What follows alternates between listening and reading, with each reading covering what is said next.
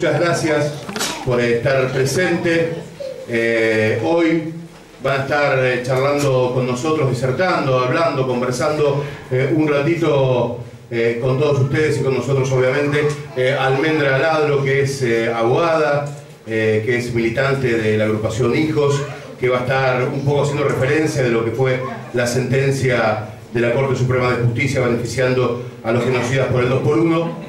Y Eduardo El Negro Suárez, que va a estar hablando sobre CNU un rato y alguna cosa más también que le quieran preguntar al Negro, seguramente estará abierto a responder. Antes que nada les digo y les cuento, para los que no saben, hace un tiempito nada más tuvimos un pequeñito accidente, acá en la casita, y la parte de atrás, en un incendio se prendió fuego el techo de la misma. Por eso van a ver que en la pared está pegado un cartel que dice que hay bonos contribución para arreglar el techo de la Casa de los Organismos. Hay bonos de 50, de 20, de 200, de 500, y hasta hay algunos bonos que no tienen nada, así que si alguno quiere poner más de 500, bienvenido sea y será bien recibido. Así que más allá del café, las cosas ricas que hay, hay bonos también para poder colaborar con el arreglo del techo de la casita. Antes de ya darle la palabra a... no sé quién va a arrancar de los dos. Eduardo. Antes de dar la palabra al Negro, les cuento que la jornada de hoy cuenta con la adhesión de la Secretaría de Derechos Humanos de la CTA Autónoma, de la ONG Ateos, de Radio de la Azotea, Comunicación Participativa y de la Comisión de Cultura de Hijos Mar del Plata.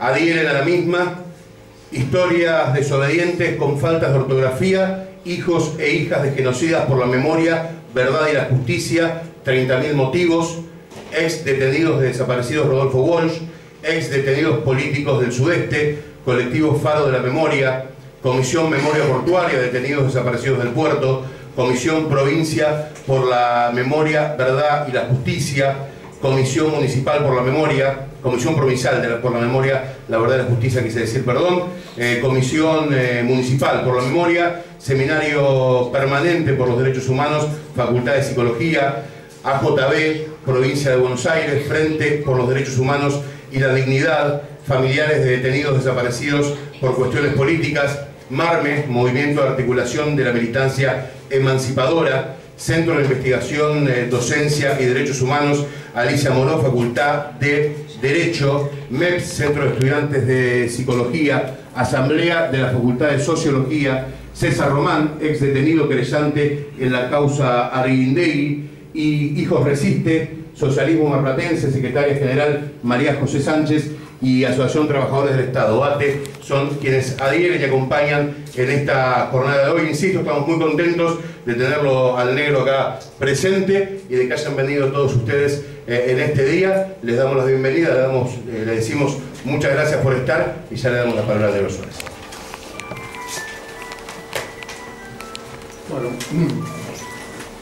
muy contento, muy emocionado de estar acá en la Mar del Plata nuestra, donde tuvimos tantas alegrías y tantas tristezas.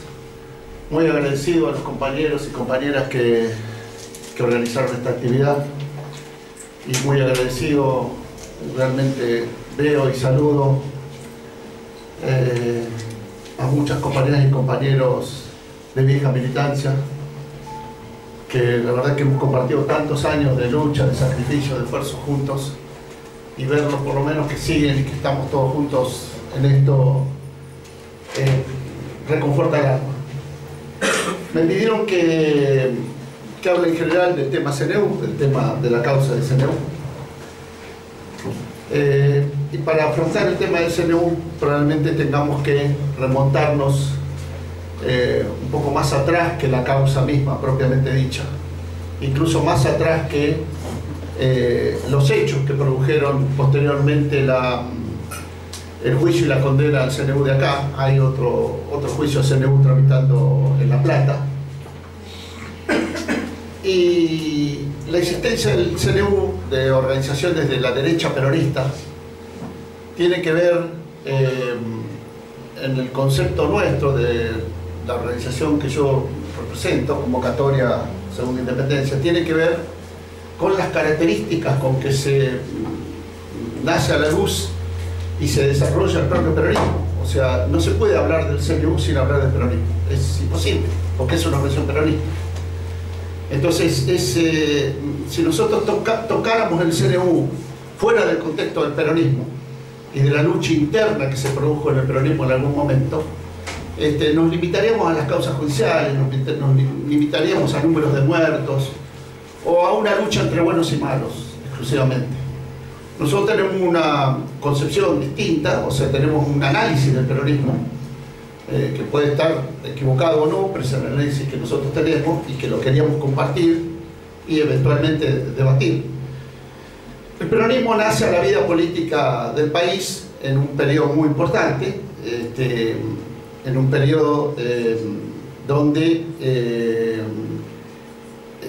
digamos, si nosotros nos estiramos mucho más atrás del peronismo, tenemos que llegar a uno de los peores genocidios que hubo en la Argentina, 1860, 70, donde se mata o hace desaparecer 5 o 6 millones de argentinos, pueblos originarios, negros y gauchos, y se los reemplaza por 5 o 6 millones de europeos. Eso es básicamente el proyecto de país que nos implantó la generación del 80. ¿Pero no era un desierto? Sí, eso es lo que nos quieren hacer creer. Está muy buena la acotación. Está muy buena la pregunta. Eso es lo que nos quieren hacer creer.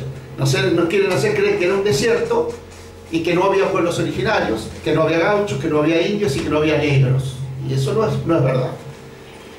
En ese país que nos impusieron a sangre y fuego, los vencedores escriben toda una historia, los vencedores de los fines del siglo pasado, y después de la guerra con el Paraguay, también vencedores, los sectores de la oligarquía y del imperialismo, se inicia todo un proceso con ya 5 o 6 millones trasladados a la Argentina en reemplazo de esos pueblos originarios.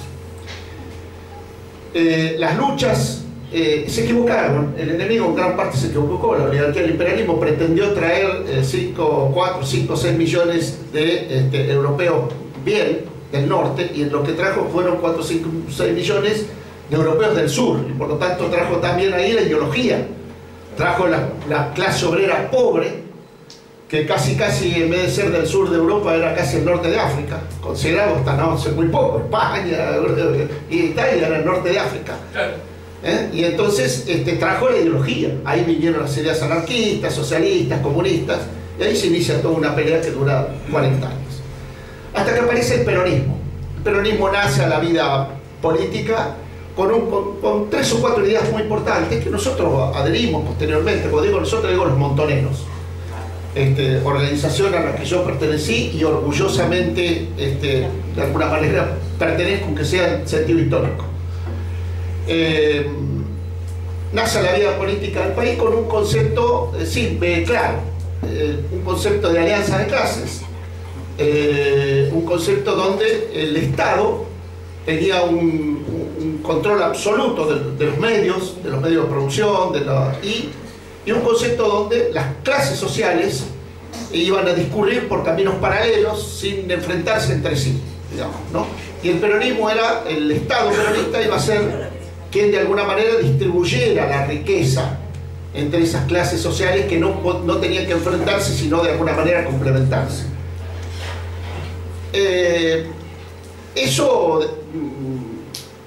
para entender la aparición del CNU y de la derecha peronista, tenemos que ver que estamos hablando de una burguesía peronista y una clase obrera peronista, que a su vez cada uno de estos sectores tenían intereses muy concretos y historias muy concretas también. Es decir, la clase obrera peronista del 40, del 45, proviene de 100 años de lucha anterior, desde la colonia. La burguesía peronista también proviene de 100 años de lucha anterior, pero en otra vereda. Esos sectores sociales se dan cita de alguna manera a partir de los 40 o 50, y de todas formas nunca antes ni después del peronismo la clase obrera fue tributaria del 50 o 51% del Producto Bruto Interno, como fue durante el peronismo. Pero lo que no pudo hacer el peronismo es conciliar esas clases, porque es imposible. Las clases sociales que tienen intereses antagónicos no se pueden conciliar, nos guste o no, no se pueden conciliar. Entonces, aún con una identidad propia, la clase obrera peronista nunca se concilió con la burguesía peronista. Y hay una lucha de clases en términos objetivos en el peronismo, que mientras es en términos objetivos no hay ningún problema, pero lo concreto es que esa lucha de clases se inicia para nosotros desde el primer día que nace el peronismo, es decir, con sectores que están enfrentados entre sí. Nosotros podemos ubicar en esa lucha de clases a los viejos y originarios dirigentes sindicales que adhirieron al peronismo, muchos cuales venían del Partido Laborista, de los anarquistas, y por supuesto agrista en un sector. Y en otro sector esa burguesía tributaria de las mieles también del peronismo de alguna manera, que nace también producto del desarrollo industrial. Ese enfrentamiento de clases sociales, que nosotros decimos que es objetivo, o sea, sectores que tienen intereses antagónicos, pasa en algún momento pero sobre todo después de la caída del peronismo, pasa a desarrollarse en términos subjetivos. O sea, no es lo mismo decir yo pertenezco a la clase obrera, vos pertenecés a la burguesía, es decir, además de que pertenezco a la clase obrera, me organizo como clase obrera, construyo una organización como clase obrera y quiero tomar el poder y construir el socialismo y derrotar a estos. Es otra cosa. Eso es en términos subjetivos. Faltaban muchos años y muchos de nosotros no habíamos nacido aún cuando eso se... En todo caso, nuestros padres y abuelos.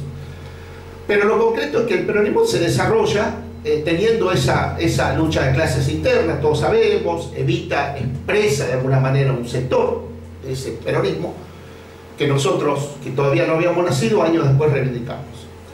Lo concreto es que cuando el peronismo nace a la vida política, estaba en el medio de lo que se llamaba la guerra europea, y un poco los gringos habían descuidado lo que ellos llamaban su patrio tercero, ese Roosevelt que decía América para los americanos y que la América era el patrio tercero, y se desarrollan movimientos nacionales como el peronismo en toda América Latina.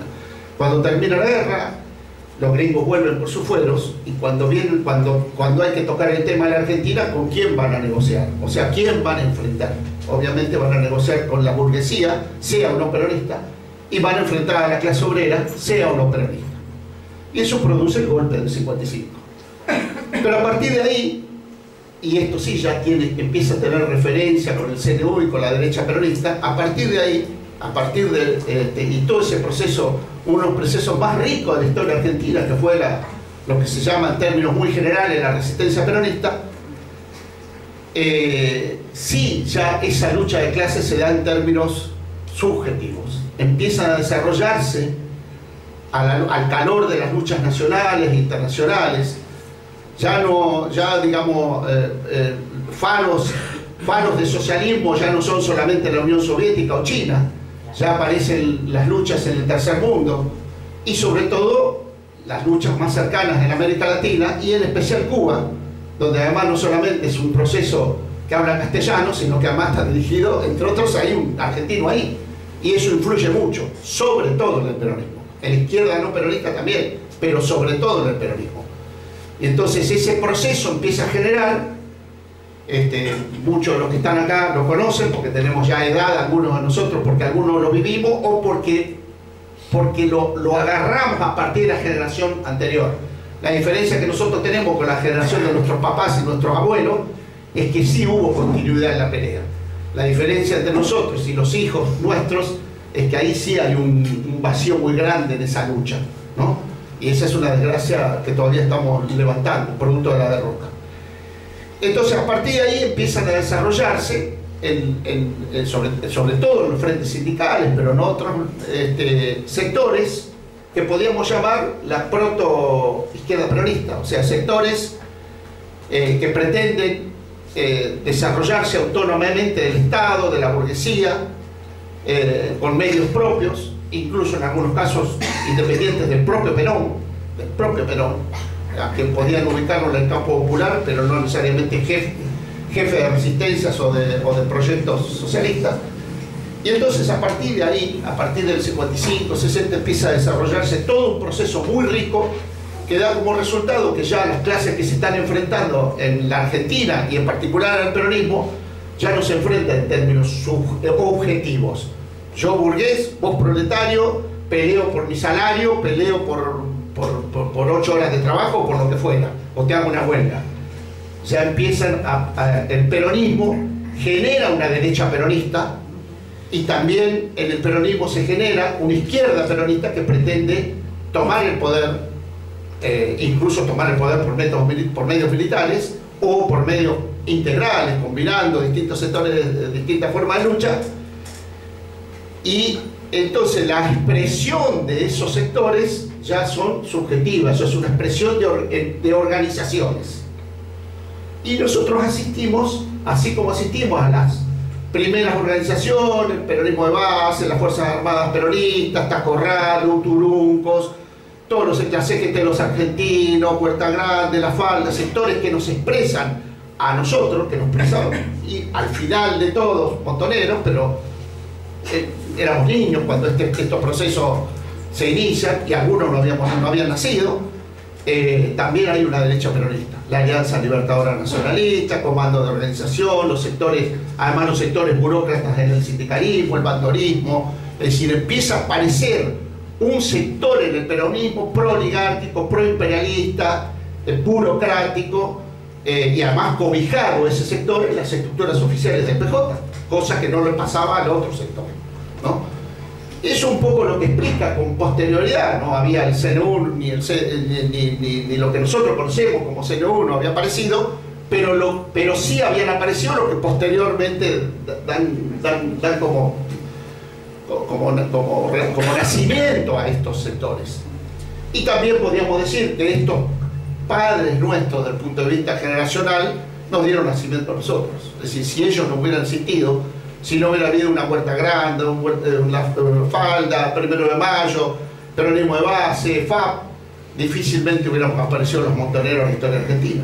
Es decir, nosotros aparecemos como continuidad de esas luchas, intentando por ahí superarlas de alguna manera, como nos enseñó nuestro gran maestro, que fue John William Cook. Él decía que el peronismo era un gigante invertebrado y miope, y justamente de lo que se trataba era de superar el espontaneismo de las masas, ¿no? Es decir, años y años donde las masas pelean en forma espontánea, pero no generan organización política. Y bueno, nosotros lo vivimos también con 19 y 20 de diciembre, con Puente Pueyrredón, con muchas otras puebladas, cosa que no ocurrió con el Cordobazo, por ejemplo, que sí generó organización política, ¿no? Entonces, esas grandes luchas entre el 55 y el 70, esas grandes luchas dieron siempre como resultado un salto de calidad en el aspecto más importante que requiere la lucha de clase en cualquier lugar del mundo, que es el organizativo. Sin organización política, sin un partido revolucionario, sin una organización que exprese a la clase obrera y que la integre en sus filas, sin una organización que luche con un objetivo claro, que es enfrentar cualquier forma de capitalismo, para imponer, tomar el Estado e imponer desde el Estado el socialismo es muy difícil. De hecho, hoy seguimos así, y el peronismo nos viene gobernando, llámese Menem, llámese Kirchner, llámese Duhalde, es decir, en cualquiera de sus variantes hasta hoy, nunca superó esa cuestión del capitalismo, de uno de los sistemas más inhumanos y más salvajes de explotación que ha habido en la historia de la humanidad, que es el capitalismo. Lo concreto entonces es que ya hacia los 60, con el auge de esas luchas, empiezan a aparecer estos sectores, estos grupos de derecha, pro-oligárquicos, cobijados en las estructuras oficiales del PJ, en las estructuras oficiales de los sindicatos, y amparados, por supuesto, por un factor de poder también del capitalismo y en parte del imperialismo, que es la Iglesia Católica. En gran parte, ¿no? Amparados por la Iglesia, cobijados, que les dan una infraestructura y además les dan una protección ideológica. Si la Iglesia Católica, en la Argentina por lo menos, a estos sectores recalcitrantes, fascistas, le dan una protección ideológica a estos grupos. Y entonces, hacia fin de los 60, en ese desarrollo y en esa lucha de clases del peronismo, en esa lucha de clases donde ya no es como en el 45, el 47 o en el 50, que era una lucha llamémosle economicista, es decir, o sindicalista si quieres, una lucha por las reivindicaciones inmediatas de la clase obrera, aún incluso los paros que se le hace, aún en el periodo 45-55, ahora los sectores que aparecen, que emergen, pretenden otra cosa, o pretendemos otra cosa, porque ya estamos nosotros ahí, 60 y pico, aún niños o muy adolescentes, ya estamos ahí. Ya hay otra generación que superó a esta y que se plantea claramente organizaciones autónomas del Estado, de la burguesía, incluso de la burguesía peronista, con recursos propios, incluso del propio Perón. Incluso del propio Perón, como muchos de los que están acá saben, que tuvimos que ir a enfrentarlo cuando, aún en vida de Perón, el general varió su objetivo original, se cobijó en la derecha peronista, cobijó a la derecha peronista, cobijó a estos sectores, los impulsó, y hubo que enfrentarlo también en su momento. O sea, pero bueno, volviendo de nuevo al desarrollo de esto, el CNU, en realidad, esto es lo que, no sé si se entendió muy bien en los juicios de Mar del Plata. Por ahí en los juicios de Mar del Plata se entiende mejor, el de La Plata dudo que se entienda, por lo que estoy viendo cómo se maneja ese proceso. Pero en realidad el CNU eran 5 gatos, o sea, el CNU tenía un desarrollo político, no se lo planteaba. Yo hablaba mucho con un CNU que murió en un accidente, que era un cuadro muy importante de ellos, que era Piatti. Algunos de acá lo deben recordar. Estaba Piantoni, De Marchi y seguía Piatti. Para mí era el cuadro más importante que ellos tenían, un tipo que, digamos, que razonaba, ¿no? Y a mí me ha pasado más de una vez decir, mira, loco, ustedes no pueden con nosotros, ¿no? Es imposible, porque además ustedes no tienen desarrollo de base, no tienen desarrollo de... Y una vez me dijo algo que muy claro, me dijo, nosotros necesitamos esto, negro, nosotros somos el Estado peronista, nosotros somos la fuerza del peronismo, somos el Estado. Entonces, para enfrentarlo a ustedes, lo vamos a enfrentar con el aparato del Estado. Nosotros no necesitamos tener 20 locales como tiene usted y movilizar 300.000 tipos. Nosotros en Ezeiza no movilizamos 300 tipos y lo hicimos correr a ustedes, porque nosotros somos 30, pero tenemos a Perón que nos banca y tenemos todo el Estado. Y armas, ¿no? Y fierro, y guita. Entonces, en realidad, creo que los jueces marplatenses por ahí lo entendieron un poco mejor, porque en realidad, no sé si lo entenderán los jueces platenses. Eso no quiere decir que no haya una condena puede haber, pero no es lo mismo. En realidad, el CNU, igual que el CDO, la Alianza Libertadora Nacionalista y todos esos sectores, eran el Estado. Y por eso la condena, porque si hubiera sido una organización independiente, sin la composición estatal, no hubieran cometido delitos de lesa humanidad. El CNU comete delitos de lesa humanidad porque son 5 tipos amparados por la estructura estatal. Tenían vía libre. Tenían vía libre, tenían no solo vía libre, tenían coparticipación, complicidad y presencia del Estado. Entonces, entrados ya los 70, el desarrollo de esa lucha de clases en la Argentina y en particular en el peronismo, en realidad uno a veces trata de explicar esto con la menor soberbia, ¿no? Es difícil. La soberbia montonera es complicada y yo soy de los peores, porque medio nos llevamos nuestro ADN. Pero digo, uno trata de explicar esto cuando se junta con círculos de la izquierda no peronista, o gorila, a veces también bastante gorila, de cómo se iba a resolver la lucha de clases dentro del peronismo, iba a ser lo que iba a resolver la lucha de clases en el país. Era tan importante la resolución de esa lucha de clases que venía de 20 años anteriores y que en los fines de los 60 o principios de los 70 esa lucha de clases tenía un componente subjetivo, que eran organizaciones que estaban luchando por tomar el poder, de cómo se resolviera esa lucha de clases en el peronismo, se iba a resolver también la lucha de clases en el país. Y el enemigo eso lo vio mejor que muchos de nosotros, o muchos sectores de la izquierda argentina. Lo vio antes. Cuando digo el enemigo no es Videla, me refiero a los gringos, me refiero a los grandes centros de pensamiento del enemigo estratégico.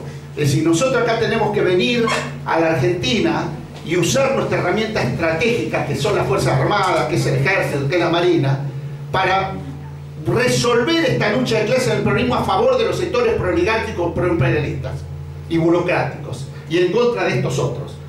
Porque si nosotros no intervenimos, estos tipos se llevan puesto, no alcanza con la policía, no alcanza con el CNU, no alcanza con el CDO ni con esos sectores. No iba a alcanzar porque el desarrollo en términos de organización de los sectores de la izquierda peronista, de los sectores antiimperialistas, anticolonialistas, anticapitalistas, ese desarrollo era tan grande que la única manera de parar eso era interviniendo, dando intervención a la reserva estratégica que siempre tuvo el enemigo en este caso, que son las Fuerzas Armadas. Las Fuerzas Armadas vinieron a resolver esa contradicción y tirar volver a la edad de piedra la historia argentina, hacer desaparecer la continuidad histórica, y en eso el CNU brindó un servicio importante. En eso el CNU brindó un servicio importante porque aceleró en alguna manera también las contradicciones. Por ahí también nos hizo cometer algunos errores importantes también a nosotros, porque en esa pelea uno se mete a una pelea de una riña de gallo, una pelea como si fuera de bandas de mafias. Uno pierde a veces el sentido estratégico. Creo que en Mar del Plata nos pasó. Yo creo que si en un lugar nos pasó es en Mar del Plata. Si en un lugar perdimos a veces, la dirección montonera perdió por ahí el concepto, el aspecto estratégico de nuestro objetivo histórico, fue en Mar del Plata. En gran medida en La Plata también, pero más en Mar del Plata.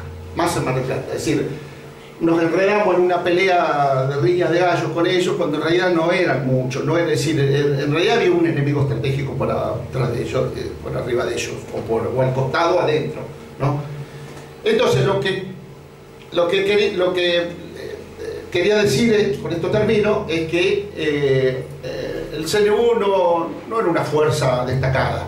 En Mar del Plata, que fue uno de los lugares en el país de más desarrollo del CNU, ellos en Córdoba se llamaban Comando Libertadores de América, que era lisa y llanamente la policía, con algunos cuadros del PJ.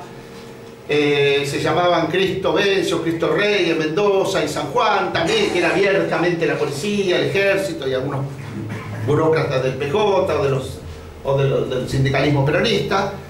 Pero básicamente 3A, que después eso un poco es lo que engloba a todos estos grupos, 3A es la Policía Federal y el gobierno peronista, en vida de Perón y en vida de Isabel y López Rega, más todavía. Entonces, a veces se magnifica lo que fueron estos sectores. Estos sectores no eran nada, no tenían desarrollo político, ni siquiera tenían desarrollo sindical, porque eran matones de los que tenían el desarrollo sindical. Es decir, el desarrollo sindical era el bandolismo, no el CNU. El CNU era un tipo que un poco uno eso lo ve mucho en La Plata, se está jugando a dos chabones que son dos giles, eran unos asesinos tremendos, pero digamos, por arriba de esos tipos estaba Calabró, estaba, es decir, digamos, había gente que tenía mucho más. Esto eran dos. Distinto es en Mar del Plata, porque en la causa marplatense, sí, en Mar del Plata se llevó a juicio a los jefes, ¿no? En Mar del Plata el desarrollo fue distinto, los juicios fueron distintos. Y además yo creo que la claridad de los compañeros y compañeras que impulsaron los juicios de Mar del Plata fue y es mucho más que en La Plata, ¿no? Hay algunos compañeros que acá no los veo, pero que nosotros tendremos que hacerle un homenaje porque fueron los que se pusieron a la cabeza de los juicios CNU y que sin ellos hubiera sido muy difícil, porque se enfocaron en los principales dirigentes. Pero además el CNU en Mar del Plata a diferencia de La Plata, que eran lumpenes, bardos, gente en Mar del Plata eran sectores de clases medias altas, con mucho poder en las instituciones, tipos que eran de los servicios de la Marina, de la Policía bonaerense y sobre todo de la Justicia Federal, muy enquistados, o sea, tipos que eran, yo siempre doy un ejemplo, cuando yo caigo en Cara me viene a ver la doctora Teodoris, miembro del CNU, me dijeron que murió hace poco, Sí. la doctora Teodoris, era mi defensor oficial. Me vino a ver un mes y pico después de estar en Cara. La defensora oficial te tiene que venir. Tiene que venir a ver. Bueno, no, esto tardó un mes y pico. Una semana antes de la sentencia. Murió. Claro. La doctora Teodoris se sentó frente a mí y yo le dije, vos sos la, bueno, mirá, si sos la defensora oficial, en principio está, no me interesa tanto cómo vas a defender a mí, sino qué están haciendo en la investigación por la muerte de mi viejo, que lo habían fusilado. Yo no sabía que era el CNU. La mina me dijo, a ver, vos no entendés nada. Vamos a empezar de nuevo. ¿Qué creías vos que nosotros íbamos a hacer con tu papá? ¿Qué creías que íbamos a hacer con tu hijo? ¿Qué pensabas vos que nosotros íbamos a hacer? La defensora oficial. Tu viejo colaboró con la operación Masacante y no había otra manera. O sea, ¿qué crees vos que? ¿No? Me costó mucho tiempo entender eso, pero la verdad que tenía que ser una lógica entendible. Una lógica entendible desde el punto de vista del enemigo, ¿no? Ustedes se juegan, nosotros también, ¿no? Pero el CNU no podía resolver esto, ni el CDO no podía resolver esto si no es con el aparato estatal. La sentencia marplatense es buena, dejó a algunos en libertad. A mí me extrañó Bigliso, el único que me extrañó. Los demás, creo que las absoluciones pueden pasar y las condenas chicas pueden pasar. Me parece que no sé si tenían tanta responsabilidad. Bueno, dejemos. Me extrañó de la sentencia marplatense la parte donde ellos piden la investigación como delito de lesa humanidad de la ejecución de Piantoni, del jefe máximo del CNU. Me extrañó porque los delitos de lesa humanidad los comete solo el Estado, o la participación del Estado. No hay otra manera. Delito de lesa humanidad, incluso la Corte, en un caso que nosotros defendimos ¿cómo es? Josu Lariz Iriondo, era un vasco independentista de Batasuna, acusado de ser miembro de la ETA, que fue detenido acá en la Argentina y pedido en extradición por España. El juez era Garzón, uno de los peores torturadores, y los hay, represores al pueblo vasco. Yo sé que Garzón es bien visto en muchos lugares, menos en Euskal Herria. Los vascos es uno de los peores torturadores y represores del pueblo vasco. Garzón lo pidió en extradición, nosotros lo defendimos, la gremial de abogados, y logramos ganar el juicio. Pero el juicio llegó a la Corte. Nosotros dijimos que los delitos que le imputaban a Josu Lariz estaban prescritos. Efectivamente, para la ley argentina estaban prescritos. El procurador apeló y el Estado español apeló. ¿Y qué es lo que dijeron? Hacía muy poco se había producido el famoso caso Arancibia Clavel, que fue el caso donde a partir de ahí se determinó la imprescriptibilidad de los delitos de lesa humanidad. Arancibia Clavel, un chileno, miembro de la DINA chilena, que vino acá, le metió un caño al general Prats en Buenos Aires, un general allendista, y volaron junto con la mujer. Investigaron, lo agarraron, dijeron está prescrito, y por primera vez la Corte dijo los delitos de lesa humanidad no prescriben. Y la DINA es una organización terrorista integrada por el Estado. La DINA era, bueno, cuando se llega con Josu Lariz, el procurador, estamos en la época ya del kirchnerismo, el procurador Esteban Rigui y el Estado español dijeron los delitos de ETA tampoco prescriben, porque la DINA y la ETA son lo mismo, dijeron. La DINA y la ETA son lo mismo, son organizaciones terroristas. Sí, pero una del Estado. Bueno, eso es lo que... Y entonces nosotros dijimos eso, dijimos, sí, pero una es del Estado. y lo ganamos 5-4, tampoco lo ganamos por mucho, 5-4, ¿se acuerdan que era la corte kirchnerista de 9 miembros? Se ganó ahí, con el hilo en una pata. ¿Qué dijo la corte? Con mayoría de 5, dijo: las organizaciones terroristas que no cometen delitos de lesa humanidad. En realidad dijo no todas, porque a veces me corrige Zaffaroni cuando yo digo eso, dice no, yo dije eso, yo dije no todas. Bueno, sujeto porque no, claro, exactamente, internacional. porque tiene que ver con esto que vos acabas de decir, con la composición estatal. Entonces, el fallo marplatense, que dice que se investigue como delito de lesa a la ejecución de Piantoni, está mal planteado, porque Montoneros hizo cargo de esa operación, Montoneros asumió esa operación y Montoneros no tenía ningún componente estatal, es decir, no tenía ningún componente, ningún apoyo del Estado, al contrario, estaba enfrentando al Estado. Que pasa también esto con la causa Rucci.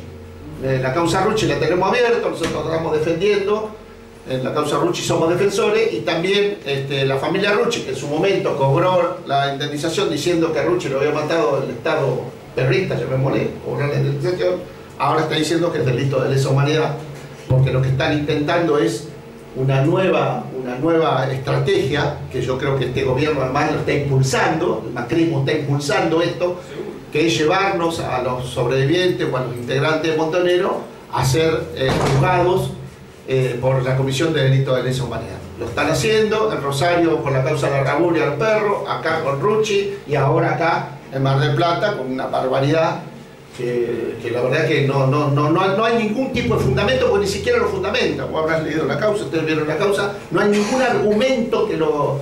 es decir, puedo decir, bueno, investiguen el derecho de humanidad porque durante el juicio surgió, durante el debate, por las pruebas en el debate, surgió que el grupo ejecutor de Rucci o la organización de Piantoni tuvo algún componente estatal. Eso no pasó.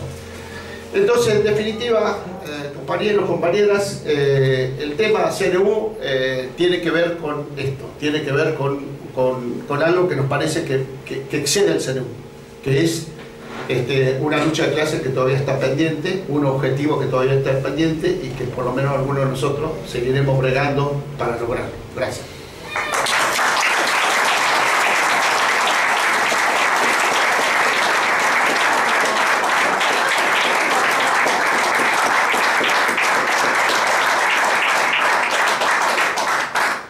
Ahora lo que vamos a hacer, si no les parece mal, es que si alguien quiere hacerle una pregunta al negro, levante la mano y fuerte, porque no llegamos los cables.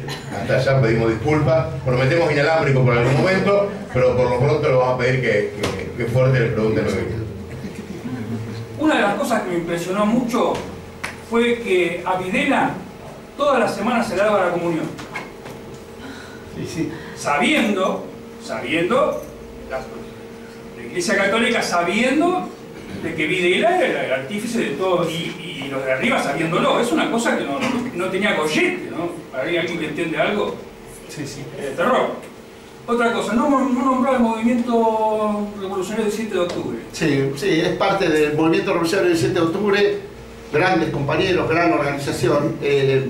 Nombré en términos generales el peronismo de base, pero sí, debía haber nombrado el movimiento revolucionario MR17, porque eran parte de esa historia anterior a la nuestra, eran parte de todos esos grupos que aparecieron en la década del 60, cuando nosotros todavía éramos niños, recién nacidos en algunos casos, muy niños, el MR17, el PB, la FAP, el Turún, Costa Corralo, eran una misión, sí, grandes compañeros. Todos eran la base John William Cook. Todos eran John William Cook. O sea, por arriba de todo eso estaba John William Cook. Sí. Mira, llegué un poco tarde a la charla, así que me perdí la mitad, pero siempre muy interesante como futuro historiador y militante de izquierda escuchar a alguien que tiene un reflejo vivo de la etapa, ¿no? Te voy a hacer dos preguntas, una por ahí no te guste, porque yo soy de la izquierda gorila. Y otra para complementarlo de acá de Mar del Plata.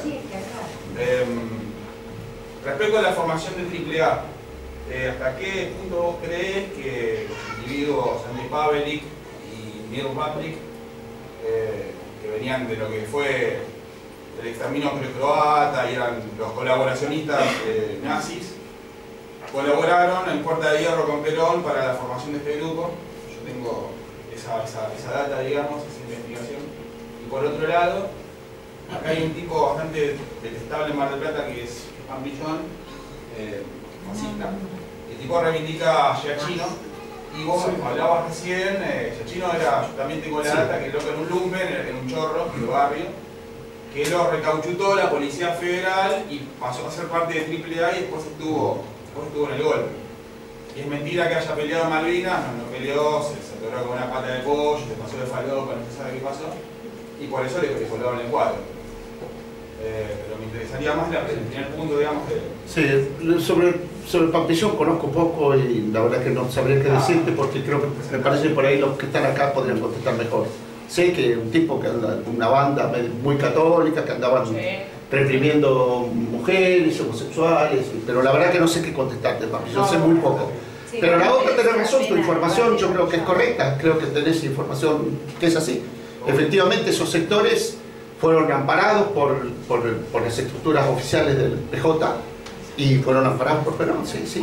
Tenemos la misma información y no solamente la tenemos de ahora, la teníamos ya en aquella época. Ustedes quedaron en una... ¿Cómo? Ustedes quedaron en una encrucijada, digamos.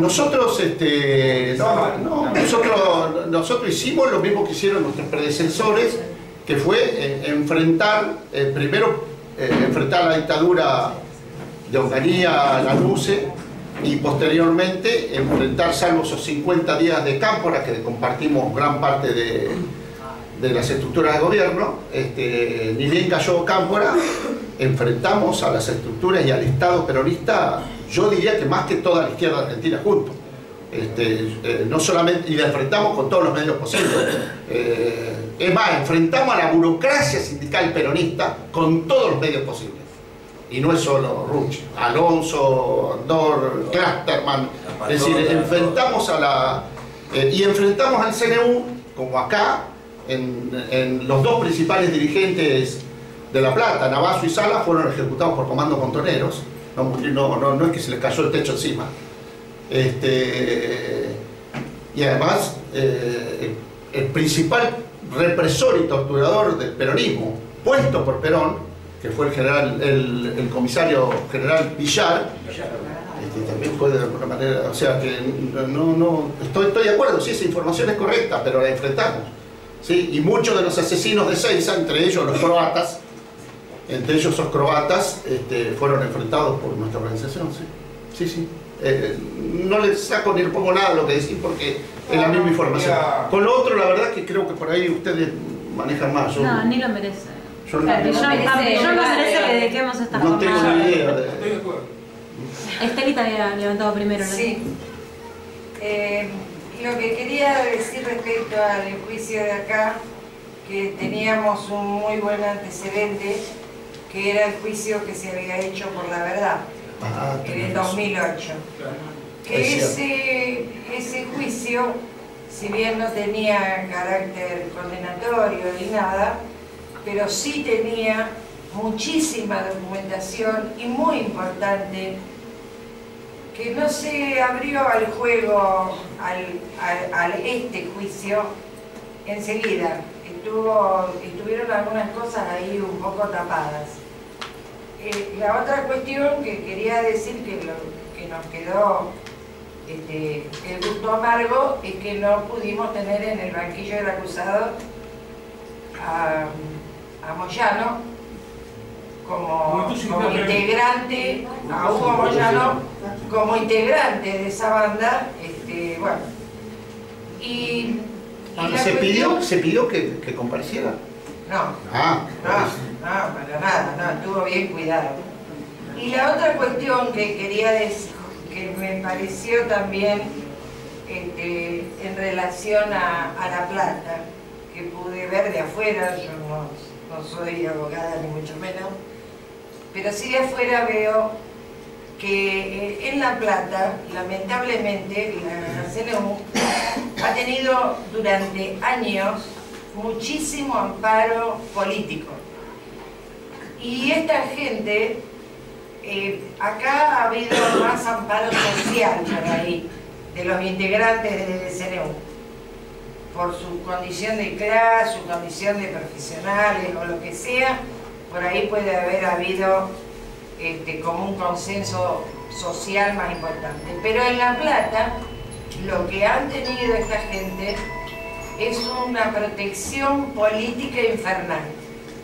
Y han tenido cargos que no han sido de menor importancia, porque algunos de ellos han sido asesores en el Parlamento durante años, otro que estuvo también varios años en el Parlamento, ahora no está porque se jubiló, pero sigue estando en La Plata, o sea, y sobre todo lo que bien marcaste, también la gran protección de la Iglesia de La Plata, que ha sido lo más ortodoxo, tanto en época de terrorismo de Estado de Plaza, como Aguer, hoy por hoy, que es su sucesor, porque Aguer estaba con Plaza.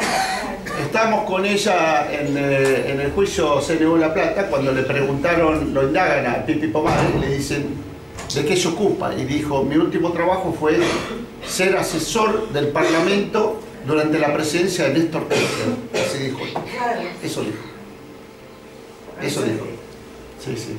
Y una cosita que escuché el otro día y que me pareció muy importante para decir en este ámbito, una diferenciación de concepto entre terrorismo de Estado, que sería el anterior al 24 de marzo, y Estado terrorista, que sería el posterior al 24 de marzo. Me pareció genial la claridad de esas dos cuestiones para poder analizar un montón de cosas. Bueno,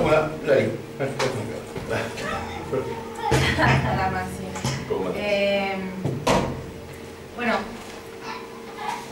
yo a Giachino lo conozco, o sea, el nombre de Giachino a mí me resuena por primera vez cuando presencio junto con mis compañeros de hijos y otros compañeros en el juicio de base Naval 2, cuando mi papá reconoce a Giachino como su interrogador y su torturador, y él decía que no sabía si decir su nombre o no, que ya estaba muerto. Y bueno, o sea, a mí me parece que no es menor lo de Pampillón. Saben que no hay que darle entidad o propaganda, pero me parece que si un Estado como el que estamos ahora y un intendente quiere volver a subir el cuadro de Giachino junto a los compañeros detenidos desaparecidos en el mismo lugar, que es el Consejo Deliberante, donde están los caídos de Malvinas, me parece que nos tiene que hacer un poco de ruido por lo menos. Y la Comisión por la Memoria estuvo reunida y iba a sacar un comunicado donde yo les pedí que por favor incluyeran a mi viejo y no, todavía no está incluido. Le pedí a Maxi que le había hecho una nota que ¿era para la tarde o era de la mañana ya? De la mañana. Era el programa de la mañana que está desde la azotea. Y bueno, habría que hacer ese paso de esos audios a la comisión, porque aparecían en el documento para adherir las firmas, aparecían 2 casos, pero el de mi viejo no aparecía. También estuvo presente en la reunión de la Comisión por la Memoria la abogada Gloria de León. ¿Gloria de León? Sí, Gloria de León. Que estuvo presente cuando mi papá declaró por base Naval 2, y a él también se lo habían llevado. Eso fue en octubre del 76. Y antes de eso, en agosto, se llevaron de la escuela de él y estuvo en la comisaría cuarta. Sí, yo la verdad que sobre Pampillón, insisto, no, yo no digo por lo de Pampillón, sino por lo de Giachino. Él reconoce quién es Giachino cuando ve en la tapa del diario está claro, que era uno de los que era un héroe de guerra. Sí, claro, aparece como un héroe de guerra. Era un torturador. Era un torturador. No es héroe de guerra, no murió en combate. Claro. muere pateando la puerta, como yo siempre pensaba en aquel momento. Como hacía acá también, claro. Como hacía acá, y sacando a las mujeres de los pelos a la rastra, con los hijos atrás, la criatura, aprendidos de la ropa de la madre. Sí. Y ya Chino comandaba eso, no hay ningún héroe de la vida. Sí, no murió peleando contra el ejército británico, sino contra los Kepler, claro. Un Kepler lo limpia, Claro. vamos a hablar Sí. lo que es. Que estuvo muy bien limpiado, porque estaba limpiado. Eso era lo que era acostumbrado a patear las puertas, claro, patear las puertas, sacar a las mujeres. Acá hay un caso, bueno, ahora nos enteramos, porque muchas cosas se taparon mucho, durante muchos años. Bueno, compañeros, perdón, Selva. Sí. Vamos a ir redondeando, les agradecemos a todos. Derecho, vamos a seguir y vamos a escuchar a Almendra. Antes que nada, lo que le voy a pedir, recién el negro decía y hablaba de compañeros que fueron importantes en el seguimiento de la causa CNU y demás, y todos recordaremos aquella jornada en la cual el negro declaró que la causa CNU es donde estaba desbordado. No, ahora sí. Y también aprovecho para que aplaudan a Negro Suárez en el cierre y que también le demos un aplauso a Selva, que fue también histórica y gigante de la causa CNU. Así que nos sumamos y le aplaudimos y le agradecemos a ustedes que fueron a ver en esta jornada tan importante.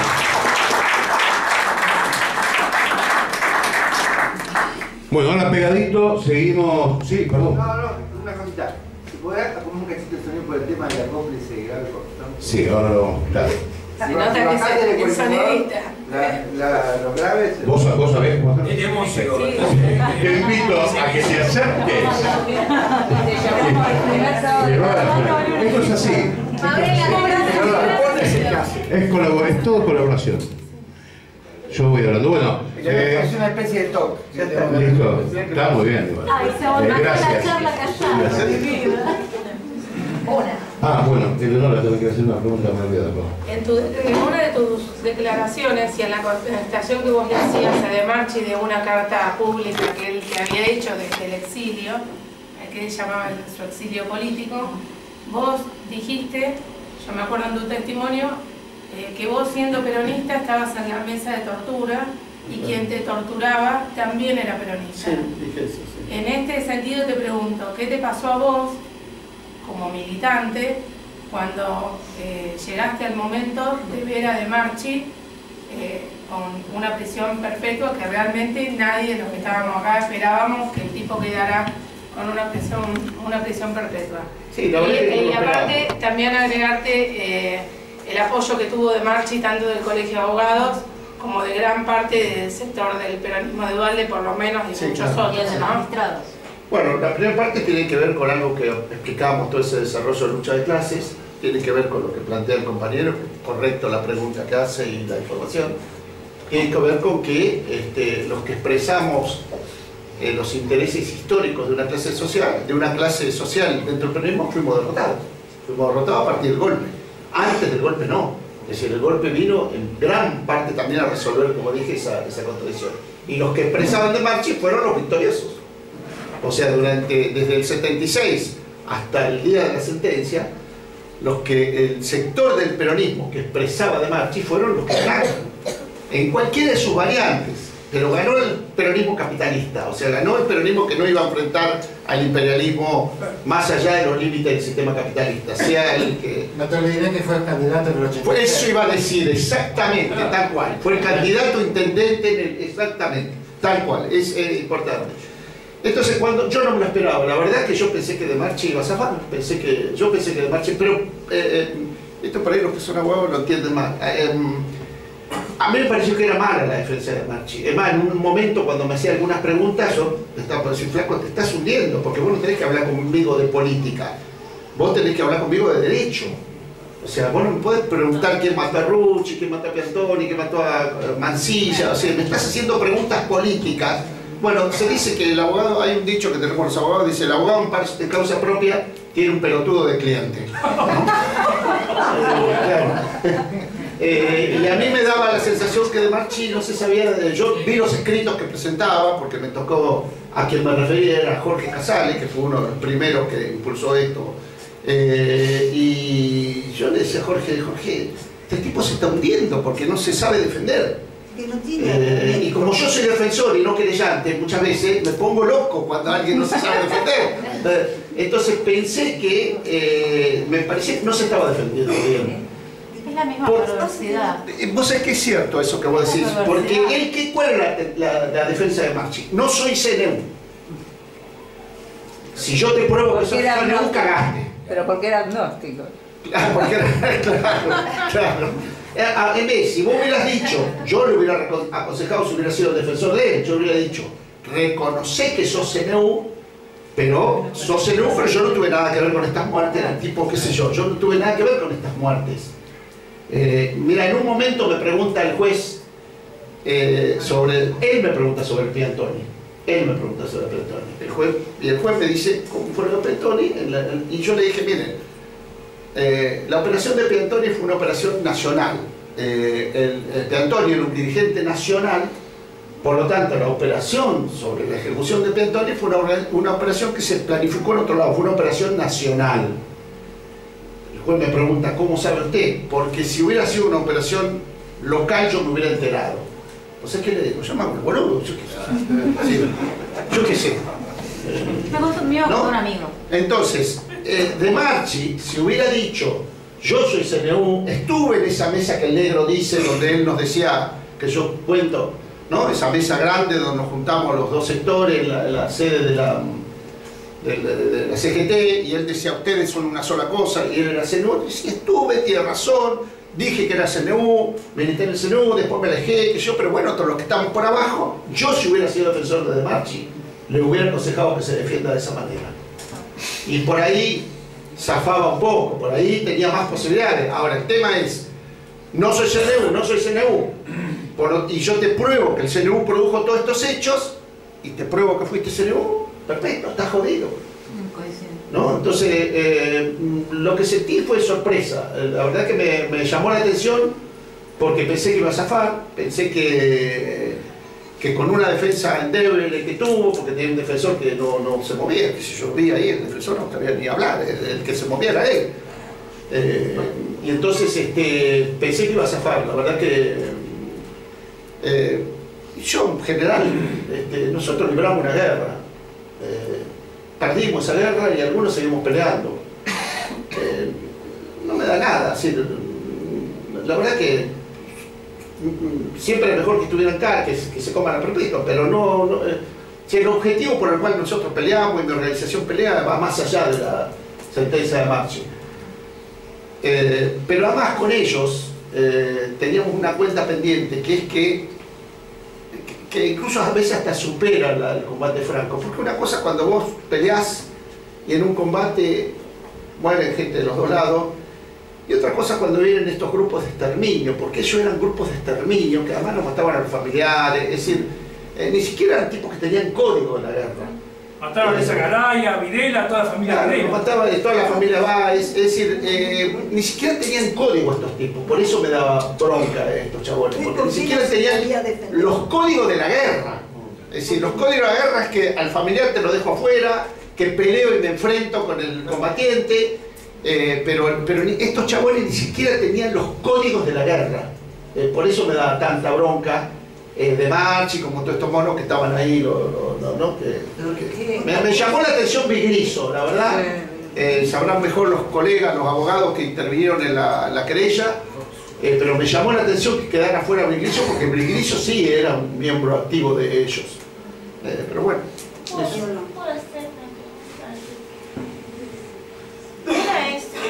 Siento lo mismo que algunos lo que comentaron, Pampillón, cuando empezaste a hablar de CNU, cuando empezaste a hablar del peronismo, cuando empezaste a hablar de la iglesia, cuando el CNU o el peronismo de derecha directamente, dijiste que la iglesia estaba... Sí, dije eso. Bueno, Pampillón es un hilo directo, por eso me parece que no está mal, para mí es un hilo conductor, a ver, si tenés que unir CNU y Pampillón, si Pampillón lo dejan, le abren las alas y lo refuerzan, es CNU. Claro. La iglesia está ahí, a ver. La iglesia marplatense, decís. Sí,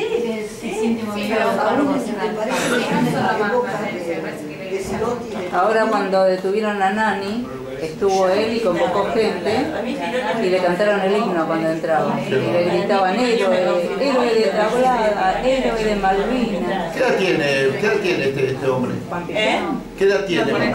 45. Ah, no, yo lo sé más joven. Yo lo hacía treintañero. No, o sea, va a seguir. No, tiene un grupo adolescente. Lo hacía treintañero, lo hacía más, no lo hacía tanto. Bueno, eso es el comentario, porque también siento que Pampillón no lo podemos dejar pasar, pero no pueden mirar hay que dar. Y otra es una intriga. Yo conocí a la viuda del que atropelló un auto, que vos conociste también. Sí. Durante muchos años pensé que era un militante, yo no sabía la historia de él. Me emocionaba mirando su biblioteca, no entendía cuando yo hablaba y para mí era el tipo más claro que tenía. ¿Por qué ellos. hablas de política? Yo conocí a la viuda, ella se había muerto. Era un tipo muy claro. Cuando yo hablaba de política, la madre me decía, no sé por qué todo es política para vos, y yo pensaba, puta, pero si era militante, pero claro, no sabía quién era. De quién era, se lo dije a ella porque me ofendió, a ver, me lo podías contar nada más quién eras. Pero la idea de Piatti, mi duda de Piatti es esta. No de Piatti, sino de Ushua, es el concuñado, ¿sí? O sea, está casado, son dos hermanas que estaban casados con él. Sí. ¿Hay alguna razón por la que tardó tanto en que estaba en Buenos Aires? El tipo no creo que se haya movido nunca. Sí. Bueno, con Piatti, además, Piatti era primo hermano de una gran compañera nuestra, algunos recordarán acá, que era Trisi, Beatriz Meana, Trisi, nuestra compañera, querida compañera, que murió ahora unos 6, 7 años, 2013, creo por ahí. Y entonces había una relación. Para mí era uno de los cuadros, de los tipos más pensantes, más lucios que tenía el CNU. Porque Piantoni era un bruto, era una bestia. De Marchi era un oligarca, o sea, un tipo que tenía la cabeza más bien tenía una cabeza de clase. Piatti era un político.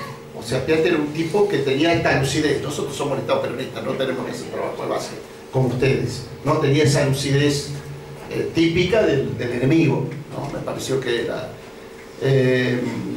Y con Ushua yo creo que tenía una protección muy importante. Ushua no se podía ver, nadie tiene semejante tantos años sin una protección. Tenía una protección, está claro que. No estuvo en España. El de España era un primo, el que cayó en España era un primo. No era él. Y sus hijos, dos de sus hijos viven. Pero Ushua está claro que no hay otra respuesta que no sea que tenía una protección, que en algún momento esa protección se cayó, ¿no?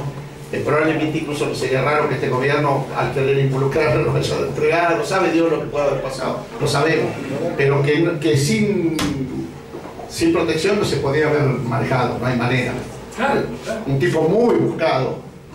La otra es que no lo hayan buscado con tanto énfasis, también puede ser, ¿no? Pero no creo, porque me pareció que la justicia federal marplatense y los fiscales se movieron mucho. Me parece que no veo complicidad ahí, por lo menos la fiscalía. Lo que veo es que ahí el tipo tendría una protección. Sí, tuvimos la suerte de cambiar un juez.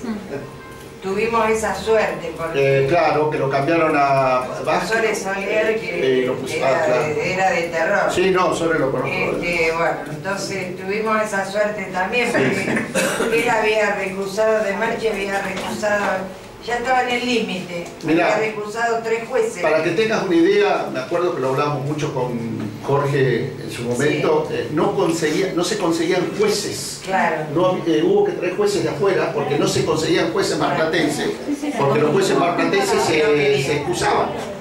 No había, subrogantes se excusaban y se ponían otros jueces y se excusaban. Fíjate, años después, habiendo pasado tantos años, el manejo o la presencia que tenía el tipo en la justicia federal, ¿no? Y Ushua era funcionario judicial también. Me parece que era. La fiscalía. Sí. Pero ahora se supo algo más también de Ushua. ¿Con quién tenía? Y con Sergio Soclendo tenía. Bueno, a ver, 9 años prófugo, estaba viviendo en Puerto Madero. Trabajaron juntos en un estudio que tuvimos. Estaba en Venezuela, parece que tuvo también alguna acción contra Maduro, o sea que, bueno, a ver, me parece un poco mucho. Mariano. Estaba, me parece, ante Agustín. Agustín. No, un poco rescatar lo que se hablaba de Pampillón. Pampillón es un delincuente, pero que está al servicio de la defensa de sectores de la iglesia, y también a aquel que le pone una plata encima. Nosotros, final de lo suprimos, cuando nos atacan en un problemita que había en un local de toda tarta acá en Mar del Plata, y la gente que nos reprime a nosotros, junto con la policía, era el grupo de este delincuente, digamos. Exactamente. Eso es una cosa que nosotros también lo tenemos que tener en cuenta a medida que avanza, ¿no es cierto?, la realidad política en la cual se empieza a notar la presencia de mayor policía, mayor elementos de represión, porque a medida que se avanza también las organizaciones populares, empieza a notarse el nerviosismo de la burguesía argentina, digamos, ¿no?, que representa los intereses que nosotros sabemos del capitalismo. Esa es una de las reflexiones que nosotros tenemos que tener en cuenta a medida que vamos consolidando esta realidad que se viene moviendo hoy en la Argentina, digamos. Y la del encuentro de mujeres. Y la del encuentro de mujeres. Exacto. Tuvieron a 3 chicas. Una no había participado, era del movimiento Vista en ese momento. Y... perdón. No, porque como él no estaba tan al tanto que cuando fue al encuentro de mujeres, se reprime. Una de las chicas era del movimiento Vita de Buenos Aires, que no estaba participando de la marcha ahí. Otra de las chicas iba caminando con el papá por la calle, y otra creo que también era una compañera. Las detuvieron adentro de la catedral, y el grupo que estaba atrás de infantería y estuvo en la catedral insultando a las compañeras era el grupo de Pampillón. Pampillón. Exacto. O sea, como para poner en contexto a qué nivel llega. Y estuvo en los autocuartelamientos por la sindicalización de la bonaerense también. Ajá, sí, sí. No. Recordemos también que en el 2012, que fue la última velada cultural que se hizo, ¿no? Y bueno, cuando no tengo memoria, yo la grilla. No, en 2012, cuando se hizo la última velada cultural de hijos, que tocaron y estuvieron más de 40 y pico de artistas locales y cerró la versión de Garabal. Una de las noches, cuando hacía la autodefensa los compañeros, venía la Gia Chino a hacer las carpas donde estábamos durmiendo los compañeros. O sea, venía la Gia Chino, que era... Pasaban por el frente, ni siquiera se animaban a pasar por la vecina. Sí, pero nosotros con Luis, cuando fuimos a comprar las pizzas, no. Quiere decir que a las carpas no iban. A las carpas no. Ni se hacían nada, como hacen siempre. Claro, como actúan siempre. Perdón. Agustín, redondeamos y pregunta Mariano y ya cerramos. Yo lo que quería también rescatar un poco dentro de esa historia en la cual narra, y es muy importante, digamos, tenerla presente. Hay un hecho que para mí, digamos, por haberla vivido, digamos, yo en los 70 militaba en el peronismo combativo, digamos. El peronismo combativo fue una de las fuentes de alimentación de los sectores que después toman las armas. Nosotros discutíamos la metodología que en ese momento existía. No estábamos de acuerdo, pero sí, digamos, a partir de ciertas realidades se alimentaba a las organizaciones. Por eso no quiero que seas tan duro con el peronismo, digamos, porque el peronismo, digamos, sigue siendo latente y presente en los estados que se vienen manifestando desde una mirada de la clase trabajadora, porque la clase trabajadora por lo general y en general se nutre de esa historia que tiene el peronismo, digamos, más allá de la metodología revolucionaria que un sector tuvo del peronismo. Eso, por eso digo que no sea tan malo, digamos, no tan duro.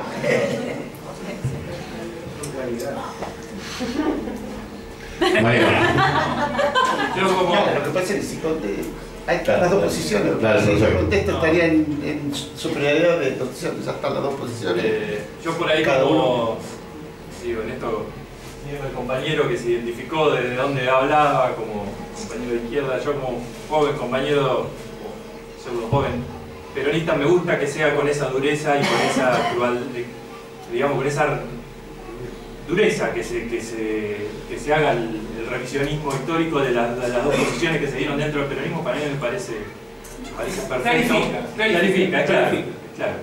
Pero por eso mismo, yo proveniendo de un sindicato como el judicial de la provincia de Buenos Aires, cuando nosotros salimos a reivindicar a Pepe Verde, que fue un compañero que todavía no sabemos, porque nunca nadie de la conducción histórica, que siempre fue de un peronismo de derecha, nos quiso hablar y nos quiso decir, y era nuestro secretario general, víctima de la noche de la corbata, que algunos jubilados nos han dicho era del peronismo de base, fuera de Montonero, no lo tenemos claro, y cierto olor a que nuestro sindicato también nunca fue claro, no clarificó eso, porque tenía algún tipo de vinculación con De Marchi. No sé, vos que sos contemporáneo, que conocés, ¿podés darnos algún dato de esa sospecha o así? En general, los sindicatos judiciales lamentablemente siempre tuvieron una tendencia,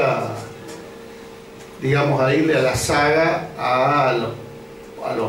en términos muy generales, a la hegemonía de la justicia en ese momento, en cada momento, ¿no? Entonces, eso en términos generales. Durante la dictadura, los sindicatos judiciales iban a la saga, y durante ese periodo, que fue un periodo muy duro, los compañeros, los que estaban afiliados a los sindicatos judiciales, se subordinaban de alguna manera a los que conducían las estructuras de los juzgados, sobre todo federal, ¿no? Estamos hablando sobre todo federal. Entonces, si De Marchi era el fiscal general y como dije, ¿cómo se llamaba? Defensora Teodoris, o Gonzalo Echeverri era el juez, los que estaban por abajo no se iban a enfrentar mucho. En nuestro caso es provincia, por eso... Ustedes son provinciales, no, provincia no tengo ni idea. Verde, no sé, no tengo ni idea. Mi compañero nuestro no era. El único verde que había acá era Marcos Verde, que era del PB. Era del PB y de la FAP. Nosotros no teníamos... es más, judiciales que yo recuerde, JTP no tenía nada de judiciales. O si tenía, podría ser algún compañero muy suelto. JTP, en esos años, el fuerte de JTP era el pescado, bancarios, algo la BOM, docentes, pero en judiciales que yo recuerdo en Mar del Plata, en esos años, no recuerdo que tuviéramos presencia o mucha presencia, no recuerdo. Y el único verde que yo recuerdo era Marcos Verde, que era un dirigente muy importante marplatense del PB, de otra organización. La pregunta fue porque cuando nosotros lo reivindicamos fue como patear un hormiguero. Porque... Claro, no, el compañero nuestro no era, ya te claro que no era. No era nosotros, y dudo que fuera del PB, que eran las dos grandes organizaciones que había en Mar del Plata, de la izquierda peronista. O sea, no era nuestro y no era del PB, salvo que tuviera alguna relación de parentesco con Marcos, pero no creo. No creo, así que no sé. ¿Puede ser que la operación Cóndor, que ahora creo que se empezó a concebir más individualmente, no empezó el 24 de marzo del 76, que aparte del cumpleaños, empezó en el 74, y que todos estos grupos de derecha, qué sé yo, CNU, la TPA, todas esas cosas, fueron una cabeza de playa del desembarco del proceso militar. O sea que, porque esto yo, digamos, relativamente lo escuché. Eso lo dice Estela Caloni, que es una gran historiadora, lo dice en su libro El vuelo del cóndor, y creo que lo dice también el tipo que descubrió Martín Armada, que es un gran chabón que descubrió, el doctor Armada, que es el que descubrió los archivos. Pedro lo cachó. En Paraguay estaban tirados, un tipo le dijo, que es un soldado, le dijo, che, hay unos papeles ahí, y fue y estaban todos los archivos, y lo dice Estela Caloni. Yo no lo sabía, hasta que no leí lo que dice Estela Caloni no tenía ni idea. Entonces ya lo dice. Porque entonces es entendible que, por ejemplo, antes de empezar la audiencia ahora, estuve en una reunión como esta en derechos.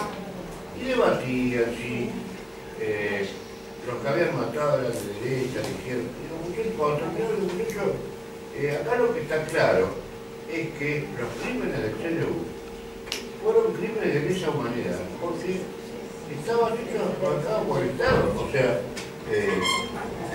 y bueno, quedó claro, o sea, porque qué sé yo, me parece que es bueno aclararlo eso, porque si no caemos en la teoría de los dos demonios, o sea, que estábamos, no, esto era un proyecto. Bueno, eso que decir Franca Negra es el que va. Bueno, aplaudimos a Diego Suárez.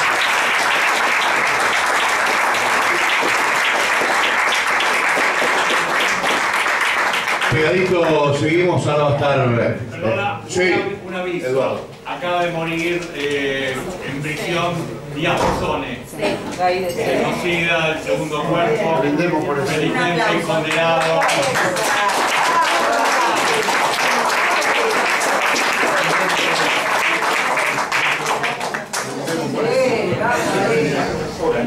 Bueno, compañeros y compañeras, seguidito va a estar hablando con nosotros Almendra Alejandro. Almendra es militante de la agrupación Hijos, es doctora en Derecho, es abogada y es becaria del CONICET, y va a estar charlando un poco sobre lo que es el 2x1, ¿no? Lo que fue la sentencia de la Corte Suprema de Justicia, el 2x1 que tantas idas y vueltas mientras va arreglándole. Tenemos, ¿qué era? Hemos conseguido un solidista, un solidista, no nos privamos absolutamente de nada. Sí. Antes de que Andrés arranque, le recuerdo que hay una contribución para el arreglo del techo. Le contamos al principio del accidente que sufrimos y por lo cual hay que arreglar el techo: 50, 20, 200 y 500. Así que nada más que presentarla, y va a ser la misma metodología, va a estar hablando ella, y después si alguien quiere hacerle alguna pregunta, no tiene más que levantar la mano y preguntar. ¿La prendió? No. Hola, ahí está. Bueno, primero que nada, gracias a todos por quedarse, porque fue excelente la primera parte. Así que probablemente los mate de una embolia, porque no tengo tanta onda y no tengo anécdotas tampoco. Y sí, vamos a ser honestos. Invéntate algo.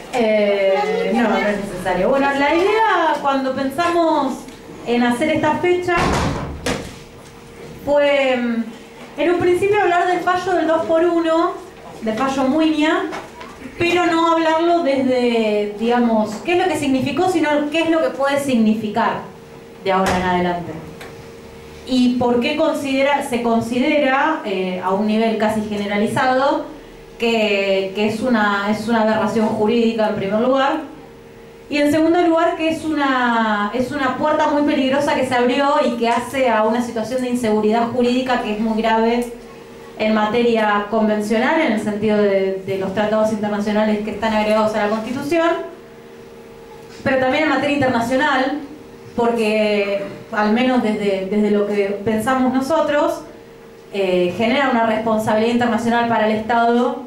La Corte Suprema genera una responsabilidad internacional para el Estado que es preocupante. Yo, bueno, aclaro, las chicas siempre me recomiendan a mí, primero porque soy la única que estudió Derecho, y segundo porque yo soy parte de un grupo de investigación. Yo participé primero en un proyecto sobre justicia transicional y ahora participo en un proyecto sobre derecho a la ciudad, y ahora en el marco de esa temática participo en la beca de CONICET, y soy parte soy, digamos, una operadora del derecho, pero de una porción muy chiquitita que son los investigadores. No tengo experiencia en defensa, pero soy de esa porción bien chiquitita. Entonces, lo primero, digamos, me interesa que sepamos qué es lo que pasó para que la Corte habilitara la aplicación de la ley 24390, que es la ley del 2x1, la conocida como la ley del 2x1. A Muiña se lo condena a 13 años de prisión de efectivo cumplimiento, básicamente por delitos de secuestro y de imposición de tormentos, considerados de lesa humanidad. Son varios hechos con el agravante, no agravante legal, pero sí con el agravante a considerar de que una de las víctimas permanece desaparecida. Esa víctima es Jorge Mario Reutemann. Él es detenido y mantenido en prisión preventiva en el año 2007 y lo que la Corte habilita cuando pide la aplicación del 2x1 es que a partir del segundo año que él cumple en prisión preventiva, la pena se compute por un día de cumplimiento, 2 días, perdón. ¿Sí? Pero lo interesante es saber por qué esta ley preveía que a partir de los 2 años de prisión preventiva, un día pasaran a valer 2 para el cómputo de pena. La ley 24390, que es la ley de la que se conoce como la ley del 2x1, se sancionó en 1994, que fue consecuencia del ingreso de Argentina a la Convención Interamericana de Derechos Humanos. La Convención Interamericana de Derechos Humanos, en su artículo 9, insta a que la prisión preventiva sea el último recurso, o sea que establece el principio de que los imputados tienen que permanecer en libertad durante el proceso, pero esa prisión preventiva tiene que tener un plazo razonable, al igual que el proceso que puede llevar a la condena o a la absolución del imputado. Entonces, dentro de este plazo razonable, Argentina, como forma de cumplimiento, sanciona la ley 24390, al mismo tiempo de que Argentina estaba viviendo, la continúa viviendo, pero en ese momento estaba agravada, una crisis carcelaria producto de la superpoblación que había en las cárceles y que el gran número de detenidos en las cárceles estaba bajo el régimen de prisión preventiva y no cumpliendo una condena.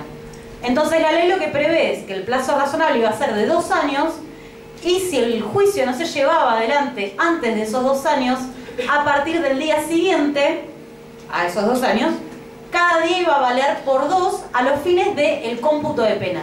El cómputo de pena lo que determina es, sumando la prisión preventiva más los días que se pasan en cumplimiento efectivo de condena, eso tiene que dar el total del monto de la pena que se impuso en la sentencia, ¿sí? Eso es básicamente el cómputo de pena. Y a partir de ahí es como se calcula cuando una persona puede entrar en salidas transitorias, en libertad condicional, en libertad asistida. Ahora, la ley 24390 fue derogada en el año 2001. Entonces, lo que tenemos es un delito, primero, una condena que no fue impuesta durante la vigencia de la ley, hechos que fueron anteriores a la ley y una situación de prisión preventiva que no ocurrió durante la vigencia de la ley. ¿Sí? Eso es lo importante, lo primero que hay que destacar. Con el agravante de que hay uno de los delitos que continúa sus efectos, como es la desaparición de Reutemann. Ahora, la Corte, en una interpretación muy forzada y realmente muy ignorante de principios del derecho que son básicos, lo que sostiene, en primer lugar, es que hay que interpretar el artículo 2 del Código Penal de una manera literal. El artículo 2 del Código Penal lo que dice es que si al tiempo de cometerse el delito o en momentos intermedios, al tiempo de dictarse el fallo o en momentos intermedios, la ley cambia y es más beneficiosa para el imputado, la ley que debe aplicarse es esa y no la ley anterior, no la ley que está vigente al momento de la comisión del delito. Este principio se llama el principio de la ley más benigna y tiene fundamento en el cambio social. Cuando la sociedad deja de entender que una conducta es grave o que empieza a ser menos grave según la óptica social, se entiende que la persona que está condenada tiene que tener una aplicación del nuevo criterio social que recoge la ley.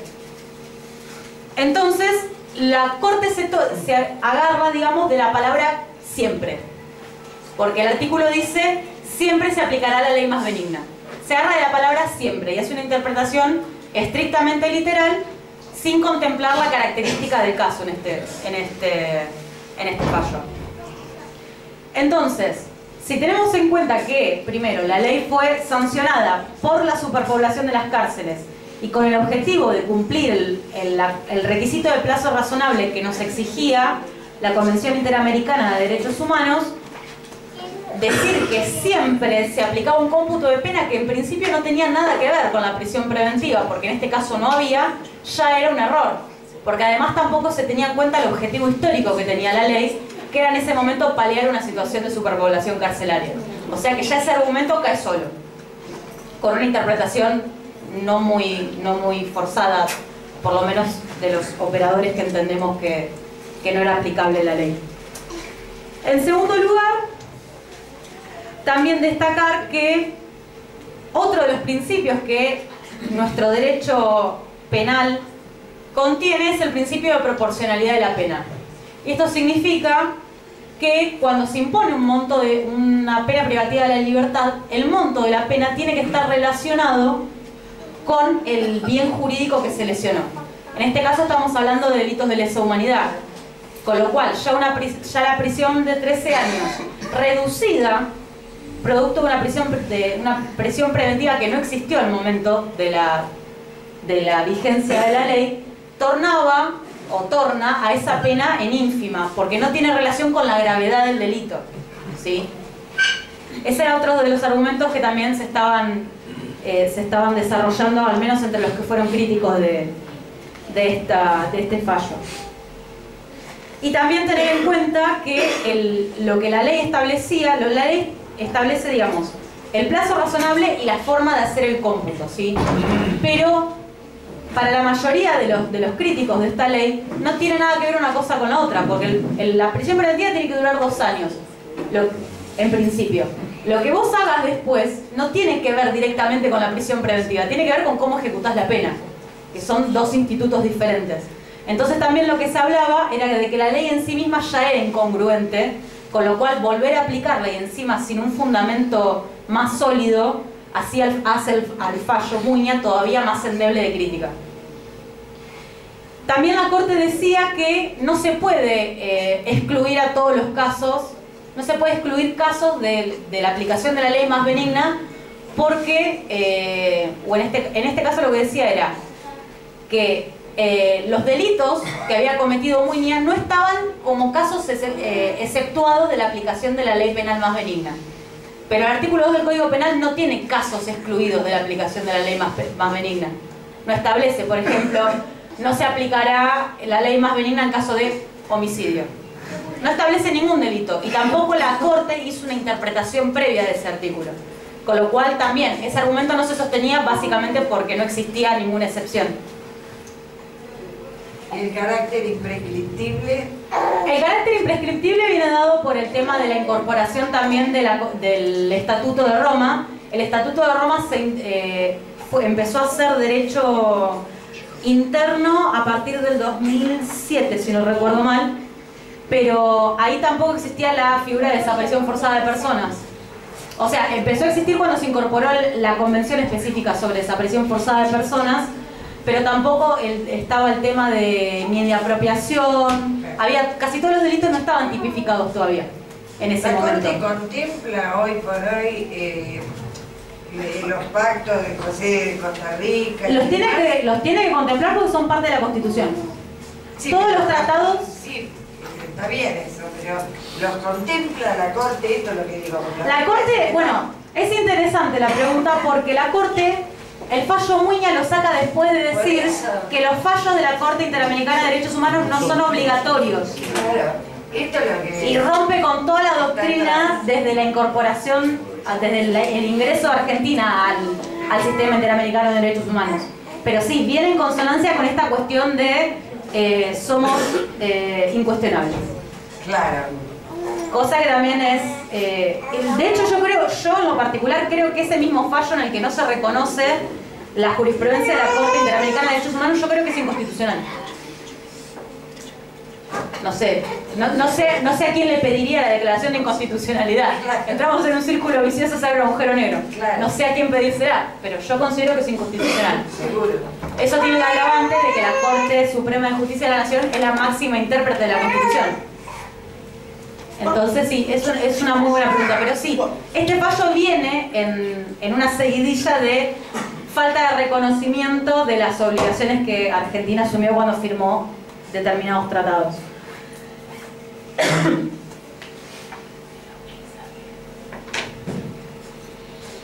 Me perdí con lo que está hablando, pero...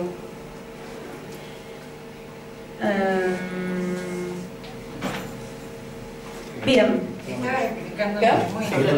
Tiene que estar no pintado, está pintado de verde, de naranja, de un montón de colores. Pero está hablando del Estatuto de Roma, es verdad. Bueno, ahí retomo con el tema de la desaparición forzada por el tema de la imprescriptibilidad entre los delitos. Uno de los argumentos de la Corte decía que todas las consideraciones anteriores que hacía respecto a cómo venía evaluando el caso no podían ser conmovidas, o sea que no podían ser cuestionadas por el hecho de que Muña haya sido condenado por delitos de lesa humanidad, porque la ley 24.390 no contemplaba como excepciones a los delitos de lesa humanidad. En 1994 no estábamos en condiciones de hablar de la tipificación o de delitos de lesa humanidad en Argentina, porque recién en el 97 se incorpora la Convención Interamericana sobre Desaparición Forzada de Personas.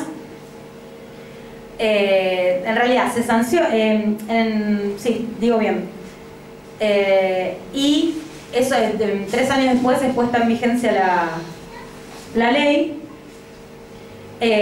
y además tampoco se podía hablar de los otros delitos que había cometido Muña, porque el Estatuto de Roma se sanciona en el 98 y pasa a ser derecho interno para Argentina recién en el 2001.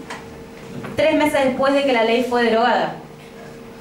Entonces también lo que desconoce la Corte es que el Congreso de la Nación tenía la intención de empezar a tratar temas de delitos de lesa humanidad y de empezar a aclarar cuáles eran delitos de lesa humanidad. Entonces viene a desconocer el momento histórico que atravesó tanto la sanción como la derogación de la ley y el momento histórico en el cual comienza a ser derecho interno para Argentina todos estos tratados internacionales que hablaban de delitos de lesa humanidad o que codificaban derecho penal internacional. Nada, la crítica básica al fallo la tomo de la doctora Olavarría, que es jueza en lo criminal de Comodoro Rivadavia y que es además titular de varias cátedras en la Universidad Nacional de la Patagonia. Es bastante interesante lo que escribe ella, pero ella sobre todo hace hincapié en la inseguridad jurídica que trae el fallo, que es abrir esta puerta en la que no se sabe quién va a entrar y quién va a salir, y que genera inseguridad jurídica, en definitiva, porque trae a colación la aplicación de una ley que no corresponde, pero ni... Digamos, voy a usar una palabra que yo detesto, que es garantista. La detesto porque me parece que es una ignorancia hablar de garantismo. En todo caso hay que hablar de constitucionalismo. Eso. Pero ni el más garantista de los garantistas, ni el más testarudo de los garantistas puede decir que la ley 24.390 se puede aplicar a delitos que pasaron antes, a delitos que se juzgaron después, y en casos en los que no hubo prisión preventiva durante la vigencia de la ley. Es una burrada, no tiene asidero, no tiene argumento. Pero también lo interesante, por ejemplo, Amnistía Internacional sacó un pequeño comunicado que es de una lectura muy simple también para gente que no sabe, que de repente se encuentra con esa noticia y no sabe qué es lo que significa, y sacó como un pequeño instructivo que va explicando en base a preguntas. ¿Qué significa el 2x1? ¿Qué significa que la ley penal más benigna? ¿Qué significa el principio de legalidad? Y entonces va haciendo todo un desarrollo que es bastante interesante y hace mucho hincapié en el tema de los deberes que tiene el Estado argentino respecto de los delitos de lesa humanidad. Que son que no puede amnistiar, no puede indultar, no puede aplicar la cosa juzgada fraudulenta, no puede aplicar penas irrisorias, no puede hacer reducciones de pena que impliquen un beneficio que sea equiparable con la conmutación de pena, que es lo que pasó en este caso. Y por último, también me interesaba con el tema de las repercusiones, y aparte yo sé que esto es re aburrido a comparación de todo lo que habló él, y que yo no soy muy divertida y que me pongo particularmente nerviosa cuando hablo entre militantes. No me pasa cuando le hablo a abogados, me pasa cuando le hablo a militantes. Me pongo muy nerviosa porque siento que tienen más autoridad moral para juzgarme que mis colegas. Es al revés. No, yo me pongo nerviosa. Yo me pongo, no, porque siento...